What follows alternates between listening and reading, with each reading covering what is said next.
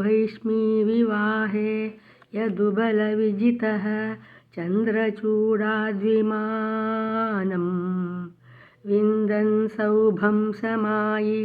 त्वयि वसति कुरून् त्वत्पुरीमभ्यभाङ्क्षीत् प्रद्युम्नस्तं निरुन्धन् निखिलयदुभटैः न्यग्रहीदुग्रवीर्यम् तस्यामात्यं द्युमन्तं व्यजनि च समरः सप्तविंशत्यहान्तम् तावत्त्वं रामशाली त्वरितमुपगतः खण्डितप्रायसैन्यम् सौभेशं तं न्यरुन्धाः स च किल गदया शार्ङ्गमभ्रंशयत्ते मायातातं व्यहिंसीदपि तव पुरतः तत् त्वयापि क्षणार्धं नाज्ञायित्याहुः एके तदिदमवमतं व्यास एव न्यषेदीत् क्षिप्त्वा सौभं गदाचूर्णितमुदकनिधौ मङ्क्षु साल्वेऽपि चक्रेण उत्कृत्ते दन्तवक्त्रः प्रसभमभिपतन् अभ्यमुञ्चद्गदान्ते कौमोदक्याहतोऽसावपि सुकृतनिधिः चैद्यवत्प्रापदैक्यम्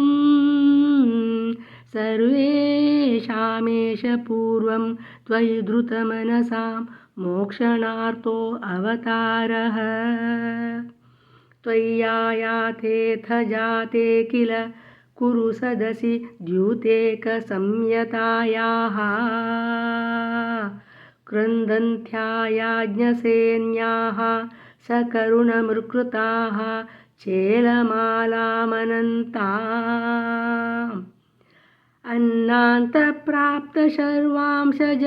मुनिचकित द्रौपदी चिन्तितोऽथ प्राप्तः शाकान्नमश्नन् मुनिजनमकृताः तृप्तिमन्तं वनान्ते यद्दोद्योगेतमन्त्रे मिलति सति व्रतः फल्गुनेन त्वमेकः कौरव्ये दत्तसैन्यः करिपुरमगमो दौत्यकृत् पाण्डवार्थम् भीष्मद्रोणादिमान्ये तव खलु वचने धिक्कृते कौरवेण व्यावृण्वन् विश्वरूपं मुनिसदसि पुरीं क्षोभयित्वा गतो भूः जिष्णोस्त्वं कृष्णसूतः खलु समरमुखे बन्धुघाते दयालुं खिन्नं तं वीक्ष्य वीरं किमिदमयि सखे नित्य एकोऽयमात्मा को वध्यः कोऽत्र हन्ता तदिह वधभियं प्रोज्झ्य मय्यर्पितात्मा धर्म्यं युद्धं चरेति प्रकृतिमन यथा दर्शयन् विश्वरूपम् भक्तोत्तं सेथ भीष्मे तव धरणिभरक्षेप कृत्यैकसक्ते नित्यं नित्यं विभिन्दति अवनिभृदयुतं प्राप्तसादे च पार्थे निःशस्त्रत्वप्रतिज्ञा विजहदरिवरं धारयन् क्रोधशाली वा आधावन् प्राञ्जलिं तं नतशिरसमथो वीक्ष्य मोदादपागाः युद्धे द्रोणस्य हस्तिस्थिररण भगदत्तेरितं वैष्णवास्त्रम् वक्षस्याधत्त चक्रस्थगितरविमहाः प्रार्थयस्सिन्धुराजम्